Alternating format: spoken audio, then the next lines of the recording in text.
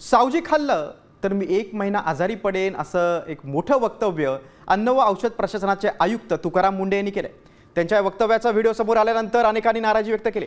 नेमकं तुकाराम मुंडे काय बोललेत ते आपण पाहूया.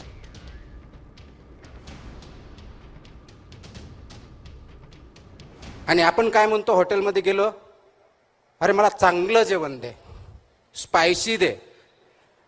इकडे तर्री पण काहीतरी इकडे एक मोठा प्रकार आहे, ते दे. नागपूरला तर कोणतं ते चिकन काय असं सावजी, म्हणजे सावजी जर माझ्यासारख्या माणसांना खत करून 1 महिन्यात हॉस्पिटलमध्ये जाईल अशी परिस्थिती आहे. ते आपण खातो म्हणजे काय, ऑइली, फॅटी, सॉल्टी, शुगरी. तुम्हाला हार्ट अटॅक येणार नाही तर काय, तुमचं हार्ट अजून दुसरं तयार होईल.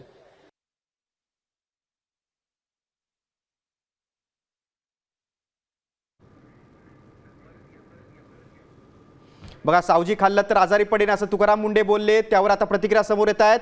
सावजी मटणवरून प्रसिद्ध शेफ नागपूरचे विष्णू मनोहर यांची ही प्रतिक्रिया समोर. आपण पाहूया नेमके काय बोलले ते. आजकाल आपण बघतो तर सावजी म्हणजे खूप जहाल तिखट केलं आणि खूप तेल टाकलं म्हणजे सावजी झालं असं, तसं नसतं. जी प्रोसेस ओरिजिनल आहे तशा पद्धतीने जर तुम्ही सावजी खाल्लं किंवा बनवलं तर ते जळजळ होणं जो प्रकार असतो तो त्याच्यामध्ये होत नाही. आणि एक छान निगुतनी करण्याची प्रोसेस आहे आणि मला वाटतं त्याला जर तुम्ही फॉलो केलं तर सावजी तुमचं नक्की छान होईल आणि तुम्ही सावजीच्या प्रेमात पडाल.